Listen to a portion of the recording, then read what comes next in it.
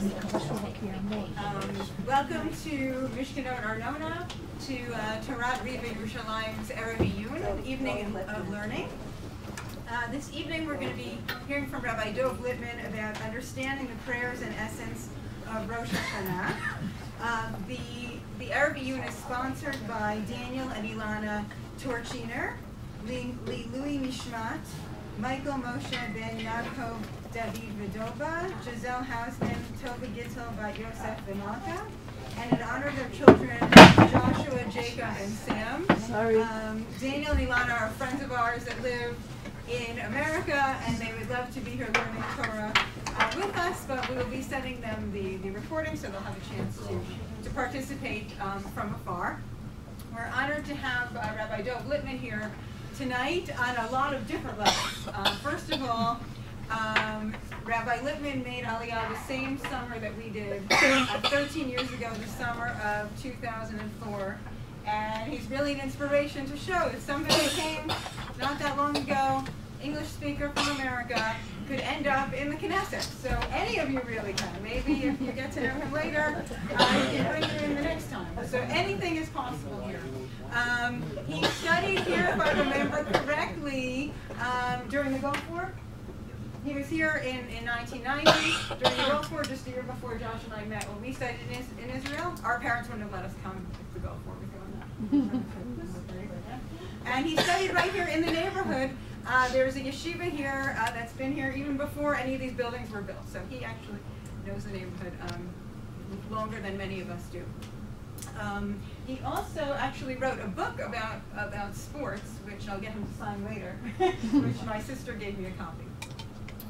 So we're really, really honored. It's a really, really big honor to have Rabbi Lipman here tonight. And hopefully when he's back in the Knesset, you can all say, wow, we met him in the neighborhood. But in the meantime, we're here to really get ready for the high holidays, to get ready for Rosh Hashanah, and to hear some of his insights. Thank you so much.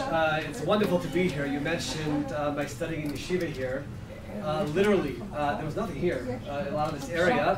I was in Merkaz Torah in Getty, and I would go running every single day during lunch break in all of these areas, in all of these streets. Run to the Tayelet, run down the steps there, run up. And in fact, during the Gulf War, one day I was jogging, and all of a sudden, these huge trucks started pulling down these streets right in this neighborhood, and I looked and I saw American soldiers in these trucks. They were U.S. soldiers who were here to bring these Patriot missile batteries right to the hills over here on the outskirts of Talpiot. It was just an incredible thing to see. So I really do feel very much at home being in this area. It's been 2 wonderful years learning Torah in Merkaz Torah. You mentioned the Knesset. For me, when I'm in Aliyah to teach Torah in Israel. I was an educator, and I was blessed to have work teaching at gap year programs for boys and girls in yeshivot and seminaries. And there was no greater joy than teaching Torah in Israel. And even in my years in the Knesset, I tell people, people ask, what did you accomplish in the Knesset? And looking back and being reflective about what happened during your time there. The greatest accomplishment, without a doubt, was we, and I say we, it was myself together with another party member of mine, Ruth Calderon, we established the first ever Beit Midrash for members of Knesset. And every Tuesday at 2:30, we gathered together in a committee room, members of Knesset from all different parties, and we learned Torah together. Every week someone else was responsible for preparing, and it was the most incredible thing, that in this parliament, which is known for so much friction and polarization and disagreements, we were able to come together once a week. We came together other times also, but especially to come together around Torah. And for me, that was sort of a continuation of what I was doing before. So whenever I had the opportunity to teach Torah and I'm invited to give a shiur, assuming that my schedule allows it, I love to do so. And I love to be in a room speaking with people when it has absolutely nothing to do with politics and when it has absolutely nothing to do with asking for their vote. Parenthetically, though, you will be accosted in the hallway as you leave by some young people who will be giving you invitations to an event that's happening on Wednesday night. Yair Lapid, who's the head of the party that I'm part of, is giving a town hall meeting in English in Jerusalem on Wednesday night, where he'll speak for a few minutes and people can ask him questions and have a little bit of a give and take. So that's the politics for tonight, but please take those invitations, and if you can come, we'd certainly love to have you there. Rosh Hashanah. You know, my father, Zachron Levracha, used to say, he was a student in Ner Yisrael in Baltimore. And there was a Rebbe in Ner Yisrael by the name of Rav David Kronglass. Rav David Kronglass was a being from a different planet. He was from the Mir Yeshiva in Europe, and here he is in this yeshiva in Baltimore, Maryland, with guys who, any opportunity they had, they'd sneak out to go to an Orioles game, totally different planets. And they said that when Rosh Chodesh Elul came along, you saw it on Rav David's face. His face was filled with terror and fear and fright and seriousness, and that would continue until the shofar blew on Yom Kippur night, after Yom Kippur ended. A planet we're not part of. We're not in that sphere where our lives are so radically changed during these days, but that certainly represents a notion of the way Elul and the high holidays were always taken in Jewish communities. I have to tell you, as happy as I am that I'm not Sephardic during this month, I must tell you, in Beit Shemesh in particular, which is a predominantly Sephardic city, it's certainly old Beit Shemesh, people from the Sephardic Haredi community to people who I would never know were religious on any level, they get up early in the morning and they go to Slichot every single morning. It's a life-changing month. We don't feel it. We have the David Hashem Ori, we have the shofar. Getting up early in the morning, and they say the same slichot every day. You can run in the streets of Beit Shemesh in the morning, and you can hear it. As you go by shul after shul, Beit Knesset, they're chanting the same. It's incredible. There's something happening to us during this month, and it's something which is chaser to us. We as Ashkenazim, I don't have that, and it's something which I think is lacking. But that's what Rosh Hashanah is supposed to be all about. This all zeroes in on the idea that Rosh Hashanah is the Yom Hadin, a day of judgment. This scary terminology that we use, the Yom Hadin. And as you go through some of the sources, you see how in the classic texts, it is very much painted that way as sort of a scary type of day. Let's look first of all at source number 1. The Gemara and Rosh Hashanah and their sources. I'm going to read the Hebrew, but you can follow in the English as well, where the Gemara tells us, Rosh Hashanah Daf Lamed Bet, Amru Malachei HaSharet Lifnei Kadosh Baruch Hu. The angels, administering angels, asked God, B'nei Ma Ein Yisrael Omrim Shira L'Fanecha Rosh Hashanah B'Yom Kippurim. We know that at every holiday we sing Hallel. We recite the praises of God. It's a joyous recitation of the Psalms, of giving praise to God. Why don't we do that on Rosh Hashanah and Yom Kippur? Amar Lahem. God, as it were, says to them, Efshar, is it possible, Melech Yoshev al Kisei Din, that the king is sitting on the throne of judgment, V'sifrei Chayim u'Mesim, and the books of life and death, Psuchim Lefanav, are opened in front of him, V'Yisrael Omrim Shira, and we would just start singing the Hallel? It can't be. It can't be. This is a period of time where you're not supposed to be rejoicing. God is sitting on his throne of judgment, and therefore we don't recite the Hallel. You go through a few other sources, it gets a little bit scary. The Zohar in Vayikra says, Rosh Hashanah, sorry for the typo, Hu Yom Bli Simcha. It's a day without happiness, Ki Hu Yom Hadin. Sort of this picture of Rav David Kronglass with this serious face from Elul, it's the day of judgment, no happiness. You go to one of the most powerful moments of Musaf on Rosh Hashanah, without a doubt, it's the Unatana Tokef prayer that we say before Kedusha, and you just read the words. This is a 9th century piyut that we say, but look at what it says. Unatana Tokef Kedushat Hayom. Let us tell the power of the holiness of this day. Kihu Nora ve'ayom. It's awesome and it's fearsome. U'malachim yechafezun. The angels are quaking on this day. V'chilur ada yochezun. They're trembling with fear, and they declare, V'yomru, Hinei Yom Hadin, this is the day of judgment. It's a day when we have our future decreed. B'yom Rosh Hashanah, Rosh Hashanah, our judgment is written. B'yom Tzom Kippur Yechatemun, on Yom Kippur it's sealed. Mi Yechyeh, Mi Yamut, who's going to live, who's going to die. Scary, scary imagery that's painted in these prayers that we say. We go a step further. In Tehillim, Tzadi Dalet, the source number 4, David HaMelech describes Mimei Ra, to give somebody rest from the bad days. What does that mean, give me rest from the bad days? The Medrash says right there on the spot, what is Yemei Ra? Rosh Hashanah. This is talking about Rosh Hashanah, which is a bad day. Another pasuk in Tehillim, V'yom Ra'ah Yimalteyu Hashem, God will save him from the day of evil. And there again, the source number 7 on the next page, the Zohar says, that's talking about Yom Hadin. So you stop for a moment at all of these sources and you see the picture that has been painted. It's a very dreadful day, fearful day, judgment, serious in nature, and that seems to be a definition of sorts of Yom Hadin. There's a judgment that's going on, and as a result, we have to take this very seriously. But, as often happens in Jewish literature, that's not the only way that we find Rosh Hashanah described. Let's go to source number 8 for a moment. It's the Torah in Orach Chaim. It's also in the Shulchan Aruch. We find it in other halachic sources where it says the following: V'rochtzin u'mistaprin. A person is supposed to make sure before Rosh Hashanah that you shower, that you're clean, that you get a haircut, that you enter the day in a certain mode. Amar Rav Simon, Tiv, Kimi Goy Gadol. Right? Look at this special nation. Rav Chanina, Rav Yeshua Omrim, Eza Uma Ka'uma Zu. What nation is like this? Sheyadat Ofya Sha'aloka. What does this mean? Perish min Haga Bedina. Shemin Hago Shal Olam. The way of the world.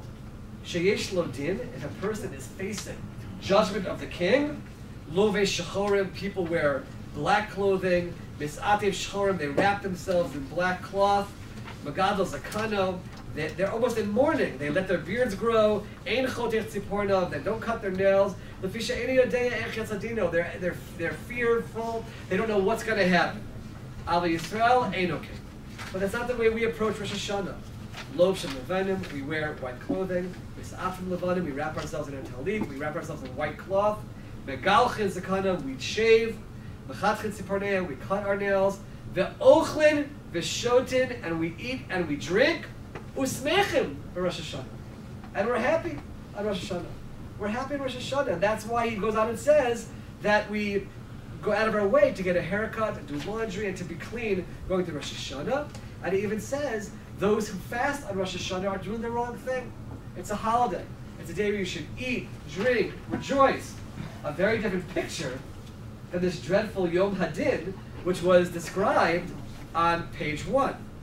You go a step further and actually backwards a little bit and go to the Navi itself.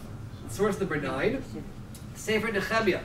Perachet, there's an amazing perek where the people for the first time come across the writings of a Torah. It's unbelievable when you realize how in the 70 years of the Babylonian exile, 70 years, how the people lost everything. By the way, for us, in our times, it's not so remarkable. You just look at the 70 years of the Soviet Union, and you see how in 70 years, Torah centers can just be destroyed, and grandchildren and great-grandchildren can absolutely know nothing about their traditions, and that's what happened.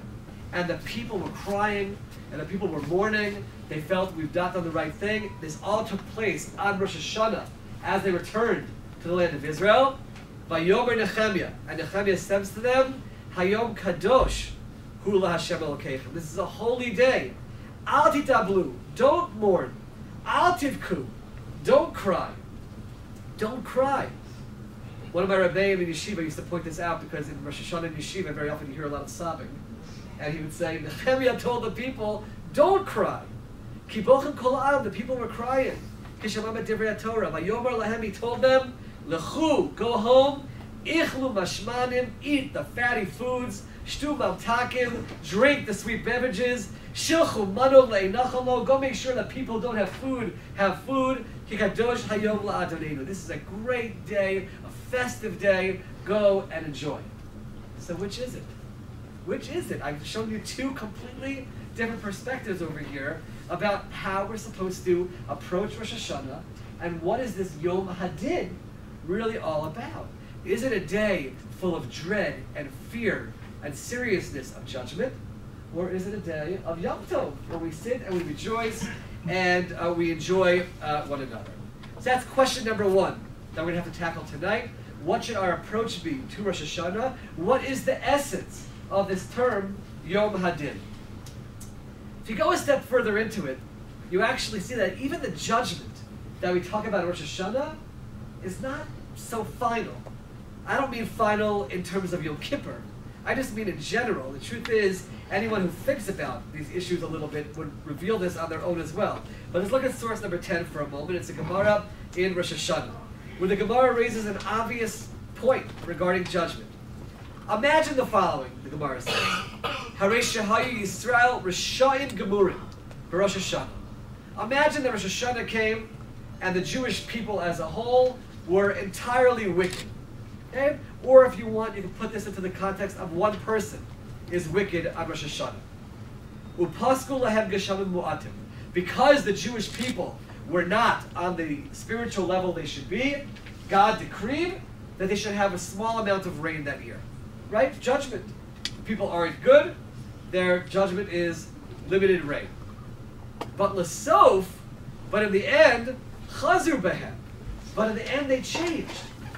Right? We all know, we believe in the power of people's capabilities to change.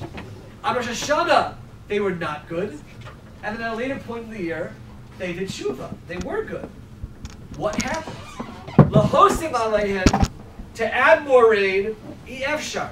That's not possible. Shekvar digzur gzeira, there was already a decree, they wouldn't have rain. Ella HaKadosh Baruch Hu, what does God do? Moridan bismanan, he makes sure that that limited rain which he decreed falls in its right time, ala aretz atzricha lahen, on the land that needs it. Meaning, there's adjustment that goes on over the course of the year, which is something which we all have to think about. Right? A person can be one person on Rosh Hashanah, and 6 months later, something can happen in their lives, and they're inspired, and they're on a higher spiritual level. They're going to be judged based on the way they were on Rosh Hashanah. It doesn't make any sense. And you see this Gemara is struggling with this idea, and you see that there is some fluid motion, as it were, in terms of what actually happens on the din on Rosh Hashanah. You go a step further, you see that this is even more obscure. Source number 11, Masechus Rosh Hashanah, Daf Tet Zayin. Amar Rabbi Yochanan, the well-known statement that many of you may have heard, Shlosha Sfarim Yiftachim b'Rosh Hashanah. There are 3 books that are open on Rosh Hashanah. Echad Shel Rishayim Gemurim. There's one book of people, I don't know exactly what this term means, but someone who is completely wicked. It's just, sometimes Chazal use terminologies of extremes, and this is certainly one of those examples. Echad Shel Tzadikim Gemurim. The other book is for the completely righteous. I'm not really sure who that is either. Ve'echad Shel Beinonim. And the other book is for those that are in between.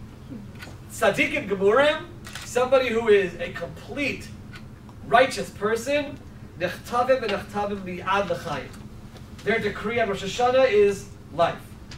Rishayim Gemurim, Nechtavim v'nechtavim mi'ad l'misa. Their judgment is immediately towards death. Now, we're all intelligent people. We all observe what's happening in the world, and we don't see this reality. We don't see a world, and it's deliberate that it's that way.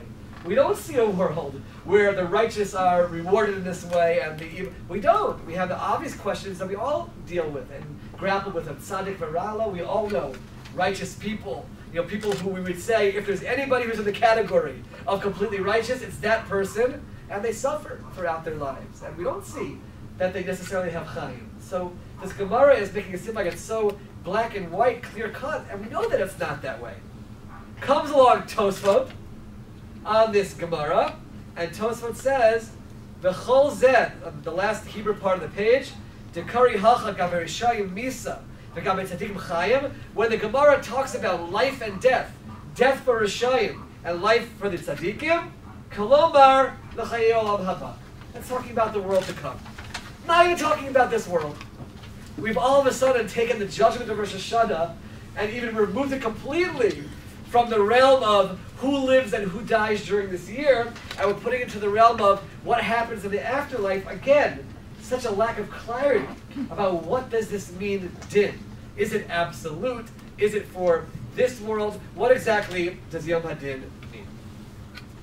So we're expanding our questions. Again, question number one was the contradiction that we had in terms of the nature of the day. On the one hand, Yom HaDin, fearful, dreadful, scary, serious, God is judging us. On the other hand, celebration, eat, drink, enjoy. That contradiction. And now, what exactly does Yom HaDin even mean if the judgment is not absolute? We have Tosafot talking about the afterlife. We have the Gemara saying, yeah, things can change during the year. So what does Yom HaDin even mean? As we try to understand this, there's one other description of Rosh Hashanah, which we have to try to come to grips with, and this is in the prayers itself, where we capture the day by saying, in the source number 12 in the Machzor, we say, V'kadesh Yisrael v'Yom HaZikaron. It's not just the day of judgment, Yom HaDin, it's also Yom HaZikaron, day of remembrance. Now, what does that really mean? Yom HaZikaron. Remembering what? How does that really play out? As a child, I think we were always taught that it also plays into din. That God is going over all, He remembers all the things that you've done during the year, and He's going to go through those, and He's going to judge you for them. That's sort of the idea that we've been taught about what Zikaron refers to. But if you really want to know what Zikaron refers to, you don't have to go any further than the Machzor itself. Because we know, and we'll talk about this a little bit later, we have Malchiot, Zichronot, and Shofrot. Musaf is divided into three primary elements. And we have Zichronot there. It talks about this idea of Zikaron, of remembering. What do the verses say there? What do the verses that we recite about Zikaron say? And if you look, just a little sampling of some of these verses, it has nothing to do with God judging us and remembering our actions. Just look at some of the psukim in source number 13. Psukim of Zichronot. One example is Tehillim, Perek Kuf Yud Aleph. Zecher asa l'neflotav. He made memories of His wonders. We're remembering God's wonders. Yirmiyahu Perek Bet, Ko Amar Hashem, Zacharti lachesed ne'urayich. God remembers when the Jewish people were on this incredible level where they just went into the desert without knowing where they were going, just trusting sort of blindly in God. The last one, Yirmiyahu Perek Lamed Aleph, Haben Yakir li Ephraim and Yalad Shashuim. God remembering the great days that He had with the Jewish people. Those are the verses of Zichronot. It's not fear of judgment, per se, but it's something about God remembering better days, or the good old days, when things were different in terms of His relationship with the Jewish people. So we see that it's not just about God judging, but there's something nice about it, about Zichronot. There's something almost nostalgic, where God is looking back and saying, we used to have better times together. So let's try to bring this all together. The answer that we're going to give to try to deal with all of these questions and to sort of bring it all together and understand the true essence of Rosh Hashanah and also the prayers is largely based on a remarkable book called Patterns in Time by Rav Matis Weinberg. Rav Matis was the son of my Rebbe in my Rosh Hashiva, Rav Yaakov Weinberg, Zecher Tzadik Livracha, and he just brings it all together. He has another book on Hanukkah as well, by the way, where he also just brings it all together and gives you a sense of what is the essence of that Chag as well. So he starts off by asking, this is what we do. We ask another question, okay, as we pile layer upon layer upon layer. The source number 14 says, in Masechtas Rosh Hashanah again, Be'echad b'Tishrei, the Mishnah at the beginning of Rosh Hashanah says, on the 1st of Tishrei, Rosh Hashanah Lashanim. Right? It's the new year for years. What halachic ramification does that have, if any? L'mai hilchota. The Gemara gives a few different answers. Rav Nachman bar Yitzchak Amar L'din, for judgment, on the first day of Tishrei. There's an obvious question that all of us have to ask about that. Why is the 1st of Tishrei chosen to be the Rosh Hashanah, the Jewish New Year, and this day of judgment? The obvious choice for when we should commemorate this is a very different date. Source number 15, the clear pasuk in Sefer Shemot, HaChodesh hazeh lachem Rosh Chodeshim, Rishon hu lachem l'chodshei Hashanah. God says outright in the Torah, at the first of Nisan, that Nisan is the first of the year. And the Jewish calendar begins in Nisan. It says it's the first of the months. Why in the world are we commemorating a new year seemingly out of nowhere on the first of Tishrei? You know, the whole concept of it's a new year, renewal, judgment, that should all be in Nisan. Why are we even going back to Tishrei or going forward to Tishrei at all? It seems to not make any sense. And this could actually hold the key to answer all the questions that we've been dealing with. We're going to skip source number 16 for the moment. And the key really is found in source number 17, where we say, actually right after Tkiyat Shofar, right, this important moment in the middle of davening, we say, Hayom Harat Olam. Hayom Harat Olam. Today is the conception of the world. What does that mean, the conception of the world? You go a step further in source number 18 in the Yerushalmi. The Yerushalmi says, Titani, B'tkiasa, it could be that I have different pages than you have, I apologize if I'm saying top and bottom, the printer seems to be a bit different. Source number 18, the Yerushalmi says, Titani, it's taught, B'tkiata debeirav. By the way, that word tkiata, it's a word you might not have seen before. Tkiata was the word the Yerushalmi uses for their machzor. Which is interesting because it comes from the word tkiya. That was the word that used. In the machzor of the house of Rav, it said the following, Zeh hayom tchilat ma'asecha. This is the day, the beginning of your works. Zichron liyom rishon, the remembrance of the first day. Havi berosh Hashanah nivra ha'olam. This comes to teach us that on Rosh Hashanah, the world was created. Okay. Now we're starting to get somewhere a little bit in terms of understanding the nature of the day. Hayom Harat Olam. On this day was the conception of the world. Now we're being taught that the world was created on Rosh Hashanah, so it sort of makes sense that there would be a judgment on that day. If in fact this is when the world was created, and now a new year is starting from creation, we can understand why judgment would fit into this. There's only one problem. Right? We're Jews. We can't have one opinion about this, and there's got to be some controversy. And the controversy comes right up in source number 19 in the Gemara in Rosh Hashanah, on Daf Yud and Yud Aleph. Tanya, Rabbi Eliezer Omer, B'Tishrei Nivra Ha'olam. Right? Exactly what we just said. The world was created in Tishrei. Things seem to make sense. Rabbi Yeshua Omer, Rabbi Yeshua says no. B'Nisan Nivra Ha'olam. The world was created in Nisan. We have a contradiction, we have a problem, right? And the whole theory of Rosh Hashanah, the world being created on this day, and that's why its judgment is beholden to our holding like Rabbi Eliezer, who says that the world was created in Tishrei. If you hold like Rabbi Yeshua, and the world was created in Nisan, then we have no explanation for this judgment. Don't worry about it, Tosfot comes along and deals with this problem.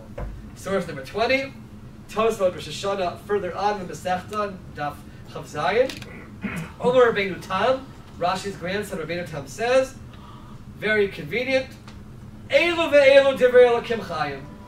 They're both right. Beautiful. They're both right. One says the world was created in Tishrei. One says the world was created in Nisan. They're both right. Both are the words of the living God. Why? Ikala Meimar, we can say the following. Get ready for these words. On the one hand, they're shocking. On the other hand, it's sort of the key to all of this. Dibit Tishrei, ala b'machshava the baros. In Tishrei, God had the thought to create the world. V'lo nivra ad Nisan. But what's going on over here, right? We had two opinions. One said the world was created in Tishrei. One said the world was created in Nisan. Now we're being told both are right. God thought, whatever that means, we'll have to explain that in a moment, to create the world in Tishrei, but he only actually created the world in Nisan. This idea of God thought to create the world, if you think about it, it actually relates to a Rashi right in the very beginning of the Chumash. I'm going to go back now to source number 16. The very beginning of the Torah tells us, Breshit bara Elokim. In the beginning, God created. Elohim is the name of God that we use when we refer to a God of strict justice. God has different names, talking about different manifestations of God in the world. One of those is Elohim. Elohim, whenever we see that used in the Torah, it means a God of strict justice.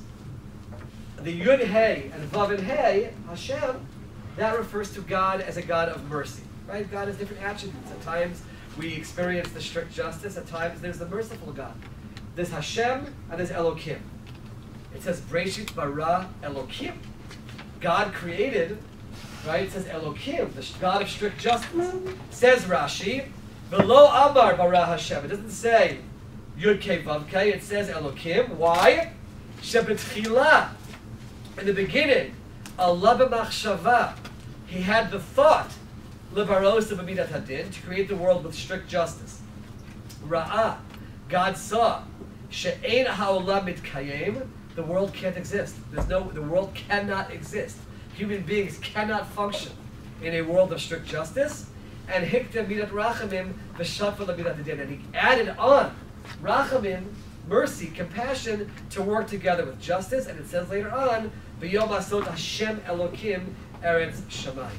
So now this idea of God thinking about creating the world in a certain way actually starts to take some form, where it's the idea of God wanting, thinking, desiring to create the world with justice, but in the end, the world is created with rachamim because the world cannot possibly last. You can't possibly function in a world which is just of justice. There's a problem. Did it say, Breshit Chashav Elokim? Did it say, Breshit, in the beginning, God thought to create? It doesn't say that. You open up the Torah, and it says, Breshit bara Elokim. There's a God of strict justice who actually created. So what's going on over here? That's the question that I ask on a few sources later after source number 22, right? It says bara. Where did God create this world of din, of justice? We don't see that anywhere. So now let's take this a step further. We're going to go to source number 23. We'll come back to some of the sources that we skipped over. Source number 23. The pasuk says in Eov, Lanetzach Yoved. Something is lost forever. What is that referring to? The Medrash in Breshit Rabbah tells us what was lost forever. It's talking about Adam Harishon. Adam Harishon was essentially lost forever. Why? Ashagalal mitzvah kala, because he was not able to handle, he ignored one small mitzvah, nitrad migan Eden. He was thrown out of the Garden of Eden. As the Gemara Masechet Shabbos in source number 24 says, Meitvei, Avram Malachei Asharet HaNekadosh Baruch Hu, Ribono Shel Olam, Midei Ma Kanasta Mital Adam Harishon. Why did you decree death on Adam Harishon? It doesn't make any sense. What did he do that he should deserve to have death come into the world? Amar Lahem, God responds, Mitzvah Kala Tziviti, I commanded him one small mitzvah, Va'avar Amah, and he transgressed it. In a world of strict justice, you transgress one thing that God tells you, that's it. There's no room for mercy. There's no room for compassion. There's no space for tshuva. You sin, you get punished. That's a world of strict justice, and that is the world that Adam Harishon was functioning in. If you look at source number 25, the Midrash describes that Avram Avinu himself told God that's an impossible world for human beings to function in. V'shasha amad Avram Avinu, when Avram Avinu stood up, levakesh rachamim ala stomim, he stood up to ask God for mercy on the people of Sdom. Maktiv, what does it say? Hashofet kol haaretz lo yaseh mishpat. Avram Avinu said, the judge of the world will not carry out justice. What was he saying? Im olam atavakesh. God, if you want a world to exist, aim din. You cannot hold human beings to the level of strict justice. Im din atavakesh.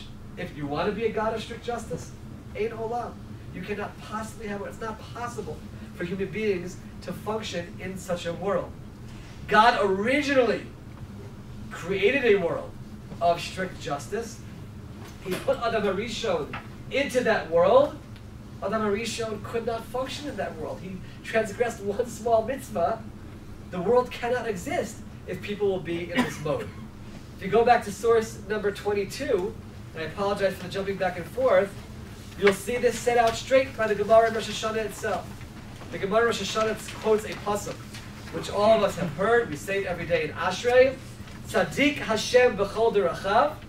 On the one hand, the Gemara says, it says that God is righteous in all his ways, in all of his ways, but it also says v'chasid b'chol ma'asav. On the one hand, he's tzedek, justice in his ways, but chesed in his actions. There's a contradiction here. God's ways are ways of justice, but his actions are actions of mercy. How do we reconcile those? Says the Gemara, B'tchila tzaddik, ulevasof chasid.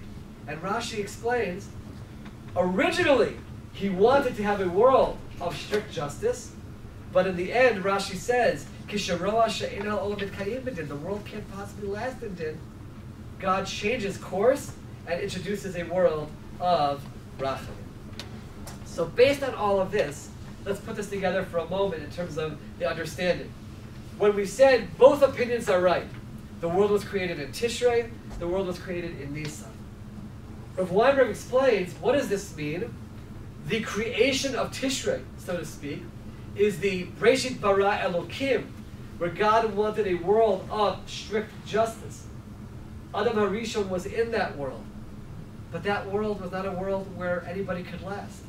That's the highest level, the world that God would want us to be at, the level we should strive to be on, where we can actually fulfill everything we're asked to do. But the world cannot exist that way, and therefore God introduces a world of rachamim, and that's represented by the creation of the world that we're taught about in Nisan. But the ideal is the creation that happened in Tishrei. The ideal is that creation of din that we had there. Says Rav Weinberg, that is the idea of Yom Hadin. Yom Hadin on Rosh Hashanah is not the day of judgment. It's the day where we try to imagine ourselves in a world of din, where we try to rise to the occasion, as it were, and say, you know what? All year long, we have to function in a world which is not the ideal. A world where we have rachamim and we have tshuva and we will fail and we'll try to grow further. But for this one day, we try to actually function on a level of din, because that's the ideal. As the Maharal says in source number 27, the Maharal says in the Gur Aryeh on that Rashi in Breshit, which talked about what God wanted to do, so to speak, it's good for a person that he should be able to withstand and live in a world of justice. And he does not need to have the midah of rachamim. He doesn't have the compassion. And that's what we strive for on Rosh Hashanah. And that's the meaning of Yom HaZikaron. Yom HaZikaron, I've mentioned before, is God's being nostalgic. He's remembering a certain time. That's the time when the ideal world was created, when the world was functioning in din. And that's represented by the creation which took place in Tishrei. And that's why this is when we have the New Year start, when we try to say, let's bring ourselves to a higher level. All year long we can't be this way. We're not angels. We're going to fail. We're going to have flaws. But for one day, we want to be on this level. And yes, we're going to combine together two things on this day. We're not going to be just in shul, learning, davening, praying, because it's not a human being. A human being is both elements, the spiritual and the physical together. And we're going to rejoice, and we're going to celebrate the fact that we are, for this one day, striving for that Gan Eden level, striving to go back to that world of Adam HaRishon in Gan Eden, where there was an ideal in place of a time when people can hopefully function in a world of din, where yes, God is king, and that God tells us what to do, and we do so. Sort of that, moment where we imagine, in every family there's usually one, the child who just does everything we ask them to do, right? That's sort of the ideal that we strive for, where yes, he's our king, he's our father, he's created us, and therefore we will do what he has asked for us. All year round, we're not at that level. One day a year, we can strive for that. And that's the Yom HaDin, a day when we function in din, and that's the Yom HaZikaron. In source number 28, Shlomo Melech says in Kohelet, Tov achrit davar mirishito. The end of something is better than its beginning. That's the literal translation of this pasuk. But you can also read this pasuk in a slightly different manner. The end of something is good, mirishito, based on its beginning. The end of something, we know you build a building, it all depends on the foundation that you put in terms of how long that building will last. It's all based on that. We know so much of who our children become. So much of that relates to their early education and what they got early on, both in terms of skills, both in terms of spirituality, both in terms of their character traits, in terms of everything. The basis is the beginning. So perhaps as well, Tov achrit davar, the end of the year will be good, Meireshito, if we can start the year on this high level. Perhaps it won't continue. We won't be people who are perfect. But for this one day, that's what we strive to do. That is really the essence of Rosh Hashanah. There's so many different things going on. We have shul, we have shofar, we have davening, we have this, we have that, we have tashna, we have all these different things going on. What's the essence of Rosh Hashanah? It's Yom Hadin and Yom HaZikaron. It's going back to that time when things were on that high level, and we, for this one day, try to stand up and be that way. And by the way, that's the whole concept of the prayers of Rosh Hashanah. If you think about it for a moment, that's the whole idea of Melech, Melech, Melech, over and over again. In Rosh Hashanah, we veer away from the description of God as our loving Father, as it were, and we focus over and over again on this idea of Melech, of being king. That's the image, not of fear of judgment, but rather, he's our king. We don't function in a world of an absolute monarch. And yes, people very much reacted to that monarch as out of fear, but there was also, you read the history books and you see what it was all about. People just identified through the king. They would do anything for the king. There was an absolute love and awe for the king. The king was everything in these civilizations. And that's the idea of this melech that we try to live under on Rosh Hashanah as well. And that's that theme over and over again. The coronation through the shofar. As the shofar is blowing, yes, we should be thinking to ourselves, how can we on this day go even further and bring ourselves to this level of the Yom Hadin? I'm not going to go through the entire thing, but just if you look at it for a moment, you'll actually see, and this is just the last page that you have, you'll actually see, as you think about Machil, Zechorot, and Shofrot, it actually touches on the whole idea of the 13 principles of faith. The 13 principles of faith literally can be divided up into 3 categories. The first category is all about our belief in God. The next category is God communicating with us, and Torah, etc. And the third one referring to Mashiach and Tchid HaMesim. And you can divide this up in different ways. It's literally Malchiot, God, belief in God. On one hand, it's Zechronot, perhaps going back to that time when we had that close communication, the Torah being given. Shofrot, declaring Mashiach, declaring Tchid HaMesim. There's different ways you can play with this. But the idea is you're going back to these principles of faith and connected to God on this level of din. And hopefully all of us can sort of bring all of this together as we approach Rosh Hashanah. To prepare for Rosh Hashanah, to think to ourselves, how can we take this one day, which has become 2 days, but at least one day, where we actually treat this as Yom Hadin. No, not fear and dread over the judgment. No, not just sort of outright rejoicing and celebration, but bringing the two together, celebrating the fact that it's a Yom Hadin, that we are showing ourselves how great we can be, and to celebrate the fact that God has given us the opportunity to show how great we can be. As you look at the prayers in the Machzor, as you prepare for Rosh Hashanah, you will be able to see this notion and this theme sort of weaving its way all the way through. That's perhaps one of the reasons why we read Akedat Yitzchak as well, to show ourselves just what levels a human being is capable of reaching on the one hand. It could be that's why we read the story of Shmuel, again, seeing the idea of people who are completely devoted and dedicated to God, because that's the way we want to be in a world in which we function with this. May Hashem give all of us the ability to recognize this, to prepare ourselves properly for this one day, where we really do rise to that occasion, share with others this idea of Yom Hadin on the one hand, and Zikaron being the time that we try to go back to the way it once was in the ideal world, and hopefully that will build for us for the rest of the year as well, where we know that we will need God's rachamim, but perhaps building off of what we've experienced at Rosh Hashanah, we could be on an even higher level throughout the year, not that we need the rachamim as much. And B'ezrat Hashem, all of us should be blessed for a Ketiva Chtima Tova, a wonderful, wonderful, healthy year. I'd be more than happy to answer any questions that you have about everything that we've described. But hopefully we all walk away with a very new, novel concept and perspective regarding what the actual essence of Rosh Hashanah should be all about. And I thank you all for listening.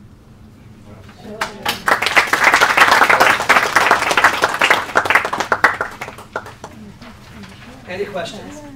I was taught in graduate school that when you ask the question, Johns Hopkins, they told us, when you ask are there any questions, most speakers, and I wouldn't make this mistake myself, they say any questions, nobody raises their hand, they move on. It takes the average person 8 seconds to have the courage to actually raise their hand and ask a question. And then after that, you can have 45 minutes of questions.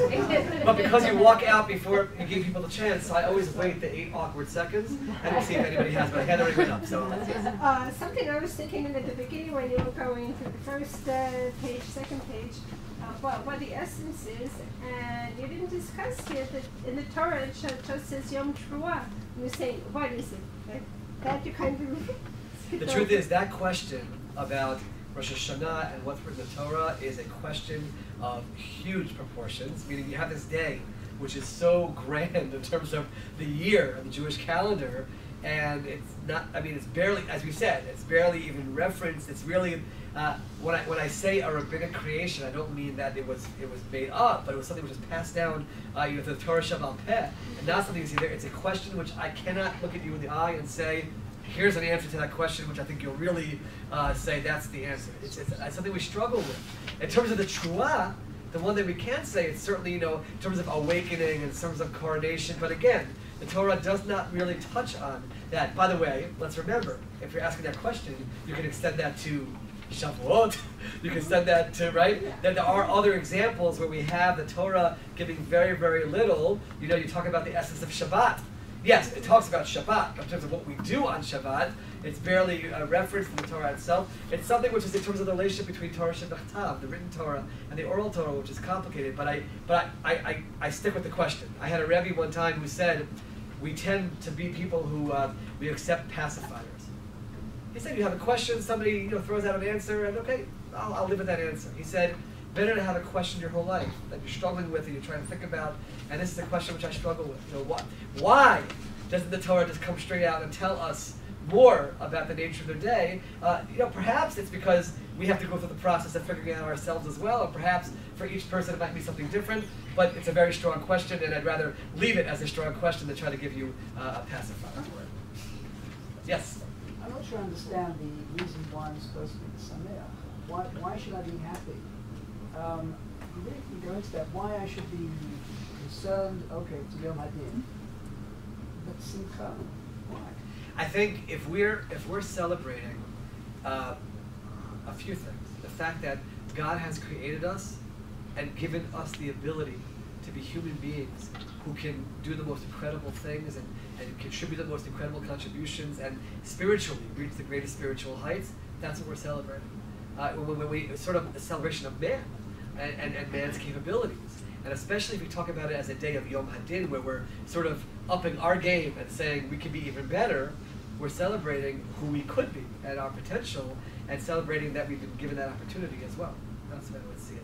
I will tell you that there are yeshivot where, growing up in shul, I didn't really see that much. I mean, people sing a little bit, but there are yeshivot where it's a rocking place as they celebrate together, and that's what they're celebrating. You're celebrating sort of the opportunity that we've been given to be living this kind of life, and it's almost a celebration of thanks on a certain level, but also celebrating ourselves. And it's okay once in a while to take a pause and actually celebrate ourselves and who we are and what we're accomplishing. Any other questions?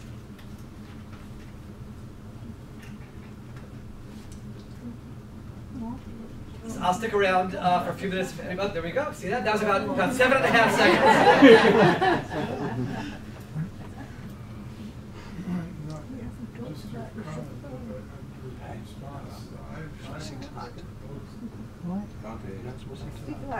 I'll repeat the question. I would pose that one can be sad because of the enormous amount of people in the world.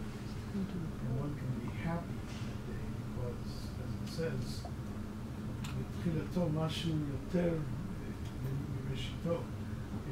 There's something better. There has to be. Or I'd be completely, absolutely depressed forever. I hear what you're saying in terms of the bad in the world, and so you're saying that to use the day to recognize that there must be something even beyond. The only comment I'll say, I've been watching the news the last week as everyone else, and on the one hand you see the lowest of the lowest that human beings can reach in terms of fake Homeland Security people coming to people in Houston and taking advantage of the situation. On the other hand, you see these people swimming through polluted rivers that are overflowing to see if there are any people inside of cars. And you see the best and the worst. And as much as we see such horrific things in the world, and the questions which I'm no way suggesting that we have answers to, maybe perhaps we have to try as well to tap into the greatness that we see and to try to experience and celebrate those moments as well. But your point though about Rosh Hashanah sort of being a day of reflection and recognizing that there's something more, I agree with it 100%. And that's that's some of the sources about shofar, about Olam Haba, and Mashiach, and Ameitim. That's sort of that dimension as well. That's certainly there. That's for sure. Yes. Rabbi, I'm going back to what your interpretation of Rabbi Tom, of Rabbeinu Tom, who said that the world was conceived of in Rosh Hashanah and was created in Nisan. But there was no world, there was no moon, there was no sun, there was no calendar, there was no concept of time. Could you... Well, first of all, you go back to the very beginning of the Torah, the word Breshit, according to the Sforno, it's a pretty incredible statement, but it's the truth. Breshit means time is created. Meaning, our minds can't comprehend what I'm saying right now, but that there was a world before time, right? It's not before that there was a world that God existed without time. Time is created, and time is a dimension itself without all the luminaries that we use to mark the passage of time. There's an existence called time, and that was created on Breshit. You have, let's not forget, the luminaries are created on day 4. Okay? Let's remember, days in creation are not 24-hour days. They're not, right? There wasn't the concept. And all this far I'm talking about, the thousands, if not more, years, and that can reconcile Torah and science as well without a problem. So the notion of time is not time in the way that we imagine it. So whatever it was something else until those luminaries were set in place, and actually until Adam Harishon was created. Let's remember, when we say 5,777, we're not talking about from the beginning of creation, we're talking about from Adam Harishon. Okay? Many commentaries will say there were actually human being-like animals before him. And Adam Harishon is the first that has a soul, the way we understand a neshama. And that's where we start our understanding of time. So there was a lot happening beforehand, which we don't even understand, and also for sure was functioning outside the way we understand time today. Yes? I feel somewhat that growing up, that Rosh Hashanah and Yom Kippur was almost like Tisha B'Av. And I was wondering historically, I mean, this is post-Holocaust and, post-Crusades, and now every miserable thing that's happened gets projected on us personally, like we're so miserable as people, blah, blah, blah. Was there a time historically, where it wasn't looked on as so negative? So first of all, there's a fellow who I met. He's an incredible story. He's a Baal Tshuva who grew up in a home that was very mildly affiliated. He actually went out to play. He won a national championship playing offensive line for Penn State. An amazing story. He wrote a book about his spiritual journey. He told me when he was a kid growing up and as a teenager, he said Judaism to him was 2 things: fasting and the Holocaust. Now, it was the most negative possible reality that a person could ever imagine. That's all it was. And I never, for me, it was amazing to hear somebody say that that's what it was. He had Holocaust education and fasting on Yom Kippur, and it was a very negative thing. Yes, there's no doubt that you look back in your sources, 2,000 years of exile have certainly instilled within the Jewish people a sort of a bleak existence, which always held out hope for a better time, but it was very much that way. By the way, and I'm going to be somewhat political now, not political in terms of party, but political in terms of the world we live in, that plays a role in the slow adjustment that the Jewish people are making to the reality of our coming back to Israel. Right? The Jewish people should be in a very different place right now, and we should not have 2 plane loads of Nefesh B'Nefesh every summer, but it should be in a point where we can't even handle the influx of Jews that are coming here if we put it into historic terms. But we're sort of stuck in this exile and galut, and I'm not. Of course, we have a long way to go, and we want Mashiach, and because of course, we have more for the final Gula. But yet, we've definitely developed that kind of a perspective where we focus a lot on the negative and the down. And I'm not saying to forget that, but to celebrate what we have. Meaning, my upbringing as a child growing up in the 70s and the 80s, right? It should have been 6-Day War, Entebbe. That's what it should have been. You know, build me up as a Jew and recognize the incredible times in which we're living. And we had a little bit of that, but it was much more Shoah, much more sort of learning the history of medieval times, all the things we've gone through, Chorban, Tisha B'Av. It was much more that. I think that we're failing in that element, and we have to try to make that adjustment. And you definitely do find that in our liturgy as well. You definitely do. Yes, I'm sorry, do you have, okay, yeah, go ahead. Just responding to him, I'm just thinking of the Hasidic movement, of Chabad, of Breslov, of them.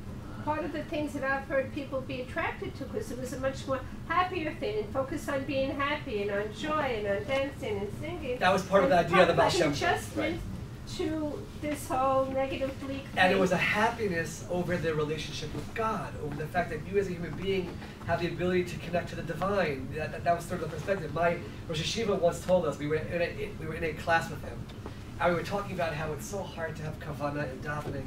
It's so hard. You know, we say the same words over and over again, day after day, and who can really have kavanah, you know? And even though we're all standing there and going like this, are we really thinking about that, or are we thinking about the sports games? You know, what's really going on? And he said to us, you're looking at it the wrong way. He said, when you go to sleep at night, think to yourself, for one moment today, did I connect to God? Was there one bracha that I said where I actually thought to myself, you know, you God are the source of all blessing, and you've given me this, just one. He said, if you just do just one, what a day you've had. Here you are, a physical, limited human being, and you're connected to God. And that's sort of that renaissance of, let's focus on the positive and the simcha element instead of so much on that. That's very much what that's based on, for sure. And that should also be part of the Rosh Hashanah and the celebration that we have in Rosh Hashanah. Yes? Do you think maybe too that you know, when it talks about three books, that somewhere in it that there's an answer in that, and that I'm never completely wicked, and I'm never completely righteous, and I am somewhere in between, and there is a hope, that this is the way. Very much so. How they came up with For this sure. idea. If you look at the words of the sages in general, the Gemara, there's always very exaggerated. There's terms that are used to bring a point.